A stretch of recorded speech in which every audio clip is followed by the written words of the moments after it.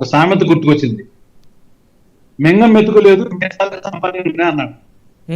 ఇప్పుడు రాష్ట్రం విభజన జరిగిన తర్వాత ఇక్కడ వనరుల్ని వాటన్నిటిని మనం పూల్ చేసుకుని కేంద్రం నుంచి సహాయం తీసుకుంటా ఇక్కడ రాజధాని కట్టుకోవాలని చెప్పని నిర్ణయించుకున్నారు. దానికి 3 స్థలాలకు మార్చారు. ఫస్ట్ ఒంగోలు దగ్గర దొనకొండ అన్నారు, తర్వాత నూజివీడు దగ్గర అన్నారు, అక్కడ గవర్నమెంట్ ల్యాండ్స్ ఉన్నాయన్నారు.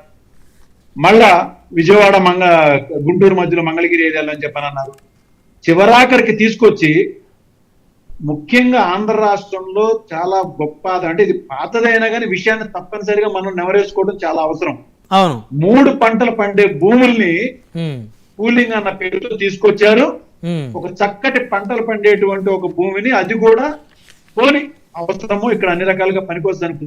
రాజధానికి ఎంతవరకు కావాలి? ఎంతమంది నిపుణులు చెప్పినా ఎవరు చెప్పినా కూడా తిప్పి కొడితే 3,000 నుంచి 4,000 ఎకరాలు సరిపోతాయి. దానికి 10 రెట్లు ఎక్కువ తీసుకున్నారు. ఏం చేసుకోవడానికి తీసుకున్నారండి? ఏం లేదండి. ఇదంతా కూడా తర్వాత సర్వేలో తేలిని ఏంటంటే ఇన్సైడ్ ట్రేడింగ్ జరిగింది. పోనీ మీకు ఇచ్చిన ఆ స్థలాలు పోనీ కట్టారా అంటే కేంద్రం ఇచ్చినటువంటి 1,500 కోట్ల రూపాయలు తీసుకుని డబ్బులు లేవు కదా కేంద్రం ఇస్తే దాన్ని అన్ని కూడా ఏం కట్టారు? తాత్కాలిక సెక్రటేరియట్, తాత్కాలిక కన్స్ట్రక్షన్స్, అవన్నీ గట్టిగా వర్షం వస్తే లోపలికి వాటర్ వచ్చేయటం, ఇవన్నీ కూడా జరుగుతూ చాలా ఎంత హీనమైన పరిస్థితులు ఉందో. ముఖ్యంగా పంటలు పండే భూమి ఎప్పుడు కూడా లూజ్ సాయిల్ ఉంటుంది. అవును, మీరు అంటున్నారు కదా, అప్పుడు చంద్రబాబు నాయుడు గారు ఏం చేయలేదు, మా ప్రభుత్వం వస్తే వాళ్ళకి మీరు ఎందుకు దాన్ని డెవలప్ చేయలేదు? డెవలప్ చేయడానికి ఏముందండి, కన్స్ట్రక్షన్ చేయడానికి వస్తే ఇప్పుడు హార్డ్ రాక్ ఉన్నటువంటి ఒక సాయిల్ మీద, ఒక ల్యాండ్ మీద కన్స్ట్రక్షన్ అనేది మనకి బేస్మెంట్ చేసుకోవడానికి తక్కువ పడుతుంది. లూజ్ సాయిల్ ఉన్న దాని మీదకి వేయాలి అంటే దానికి లోపలికి డెప్త్ ఎక్కువ తీయాల్సి వస్తుంది. ఎందుకంటే అక్కడ కట్టాల్సిన కూడా కొద్ది క్వాలిటీ కన్స్ట్రక్షన్స్, హైరైజ్ కన్స్ట్రక్షన్స్ కట్టాల్సి వస్తుంది. ఇలాంటి పరిస్థితుల్లో అక్కడ ఇంజనీర్స్ ద్వారా జగన్మోహన్ రెడ్డి గారు అక్కడ టెస్ట్ చేసి ఇది లూజ్ సాయిల్ ఉందండి, ఇది కొద్ది రోజులు గట్టిపడాలి, గట్టిపడిన తర్వాత తప్పనిసరిగా దీని మీద కన్స్ట్రక్షన్ చేయడం అనేది జరుగుతుందని అన్నారు. ఈ లోపల మనం అన్ని రకాలుగా సౌకర్యాలు ఉన్నటువంటి వైజాగ్ సైడ్ ఆల్రెడీ స్ట్రక్చర్స్ రెడీగా ఉన్నాయి కాబట్టి, ఎయిర్పోర్ట్ కూడా చాలా సౌకర్యంగా ఉంది కాబట్టి ఈ లోపాటు సాఫ్ట్వేర్ కంపెనీస్ కొన్నాటిని అక్కడ పెడదాము, ఇట్లానే అందరికీ అందుబాటులో ఉండే విధంగా ఇటు న్యాయ రాజధానిగా కర్నూలులో అక్కడ పెడదామని చెప్పి న్యాయ రాజధానిగా పెడదామని చెప్పాను అనుకున్నారు. న్యాయ రాజధాని అన్నారు, అక్కడేమో ఎగ్జిక్యూటివ్ క్యాపిటల్ మాట్లాడటం జరిగింది. కానీ ఇవాళ చంద్రబాబు నాయుడు గారు ఏం చేస్తున్నారంటే పేరుని మారుస్తున్నారు అంతే. ఎగ్జిక్యూటివ్ హబ్ లేదా సాఫ్ట్వేర్ హబ్, మళ్ళా అక్కడ లీగల్ హబ్, హబ్ అని పేరు మార్చి ఏదైతే జగన్మోహన్ రెడ్డి గారు డెసిషన్ తీసుకున్నారో అదే చేస్తున్నారు. అదే సింగపూర్ తరహాలో రాజధాని కట్టాలనేది వారి అభిప్రాయం, ఆలోచన చేస్తున్నారు. అక్కడికి వస్తున్నాడు. ఇప్పుడు సరే ఉన్న 5 సంవత్సరాలు ఎవరన్నా కొత్తగా ఇల్లు కట్టేటప్పుడు ఒక 4 ఇల్లు చూసి రావడం అనేది సహజం. సరే వెళ్ళాడు, తప్పేం లేదు. సింగపూర్ వెళ్ళాడు, మలేషియా వెళ్ళాడు, జపాన్ వెళ్ళాడు, ఇక అన్ని సందులు తిరిగాడు, అన్ని గొంతులు తిరిగాడు. ఆయన పెద్ద మనిషి, ఆయన చాలా అనుభవజ్ఞుడు అని చెప్పిన ప్రజలు కూడా చాలా నమ్మి ఆయన చేతిలో ఒక రాష్ట్రాన్ని పెట్టారు. పెట్టిన తర్వాత తాత్కాలిక కట్టడాలు కట్టి డబ్బుల్ని అస్తవ్యస్తంగా వాడేసేసి 5 సంవత్సరాలు వృధా చేసింది కాకుండా చివరాఖరికి మళ్ళా లోకల్లో సినిమా డైరెక్టర్ ఒక ఆయన తీసుకొచ్చి ఇక్కడ సినిమా సెట్టింగ్ చేస్తానని చెప్పి మాట. అసలు ఈ చంద్రబాబు నాయుడు అనే ఆయన ఎప్పుడు కూడా రైతులకి పూర్తిగా ద్రోహి. ఆయన రైతులు ద్రోహి కాబట్టే గతంలో కూడా ఆయన ఎలక్షన్స్ ఓడిపోవడం జరిగింది. ఎక్కడైనా కానీ ఒక పొలం కనిపించిందంటే దానికి ఆయన నిద్రపోడు. ఆయన ప్రశాంతంగా సరే 33,000 ఎకరాలు తీసుకుని ఇక్కడ సాటిస్ఫై అయ్యాడంటే కాదు. దీని ఇన్సైడ్ ట్రేడింగ్ లో వాళ్ళ పార్టీ వర్గాలకి వాళ్ళకి అమ్మేయటం అన్ని చేసేసాడు.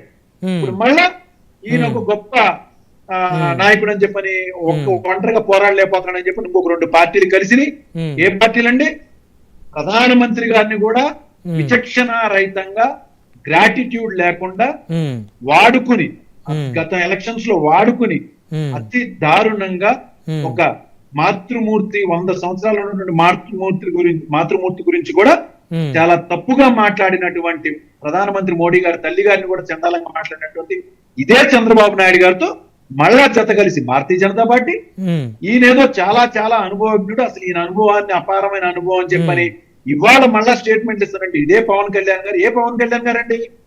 2019 మార్చి 14 ఆవిర్భావ సభలో చంద్రబాబు నాయుడు అనే ఆయనకి నేను మద్దతు ఇచ్చాను, ఆయన ఎందుకు పనికిరానటువంటి వ్యక్తి, ఆయన కొడుకు ఇసుక దందాలు చేసి రోజుకి ₹1 కోటి సంపాదిస్తున్నాడని చెప్పని నెపం వేసి వాళ్ళు గొడవ పెట్టుకుని ఇండివిజువల్ గా పోటీ చేసిన వ్యక్తి ఈ 5 సంవత్సరాల్లో ఏంటంటే ఏమన్నా మార్పు చెందాడు ఆయన? ఆయన పరిణితి ఏమన్నా వచ్చిందా? ఇవాళ కొత్త స్టేట్మెంట్ పవన్ కళ్యాణ్ గారు. అసలు చంద్రబాబు నాయుడు గారు ఏంటి అనుభవం చెప్పండి? ఆయన ఎక్కడ స్థలం దొరికితే అక్కడ కబ్జా చేయడం తప్పించి ఎవ్వరికి ఉపయోగపడడు. ముఖ్యంగా పేదవాళ్ళు అనే వాళ్ళని ప్రశాంతంగా బ్రతకనిచ్చేటువంటి అవకాశం ఎప్పుడూ లేదు. ఏదైతే ప్రయారిటీ ఆఫ్ ది ఇష్యూస్ ఏదైతే టేకప్ చేయాలో అవి అన్నిటిని పక్కన పెట్టేస్తాడు ఆయన. అలాంటి ఆయన్ని ఒక గొప్ప అనుభవజ్ఞుడైనటువంటి నాయకుడిగా వీళ్ళు చిత్రీకరించడం, పబ్లిసిటీ చేయడం. అసలు ప్రజలకు ఇస్తానన్న మేనిఫెస్టో ఏమైంది చెప్పండి? ముందు ఆ పని కానివ్వనండి. మళ్ళీ ఈ 44,000 ఎకరాలు ఏం చేయడానికి చెప్పండి? ఇది మళ్ళా ఇంటర్నల్ గా నేను ఉన్న ఈ 5 సంవత్సరాల్లో రానున్న రోజుల్లో మా కూటమిలో ఏమొస్తాయో ఎలాంటి గొడవలు వస్తాయో తెలియదు. నేను నా సామాజిక వర్గం, నా అండదండలు చూపించినటువంటి నా యొక్క కోటరీకి గబగబా ఈ యొక్క ల్యాండ్స్ ని అప్పచెప్పేసేసి పూర్తి కింద ప్రజలు గారు చెప్తున్నారు. వాటి యొక్క ప్రాసెస్ ఎక్కడైంది చెప్పండి? దాదాపు 25,000 పైన అటువంటి రైతులకి ఎకరానికి 1,200 గజాల చొప్పున ఇస్తామని చెప్పని వాళ్ళకి ఎక్కడ అలాట్ చేశారు? వాళ్ళకి కన్స్ట్రక్షన్ చేసుకోవడం, కొన్ని ఇన్ఫ్రాస్ట్రక్చర్, కొన్ని ఓకే మా గవర్నమెంట్ మీరు చేయలేదంటున్నారు. అసలు మా గవర్నమెంట్ చేయలేకపోవడానికి కారణాలు ఎతికారా? ఆయనకి ఇచ్చిన 5 సంవత్సరాల కాలంలో ఏం చేయలేకపోయాడు? మహాజ్ఞాని, కాదు నరేంద్ర గారు, గత 5 సంవత్సరాల్లో ఒక్క ఇటుకన వేసిందా YSR Congress party government?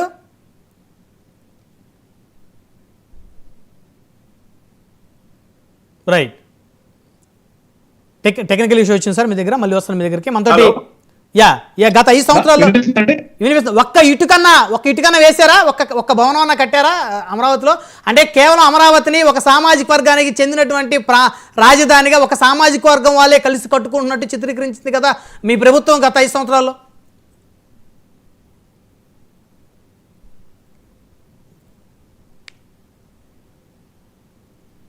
Hello Narendra గారు మాట్లాడండి.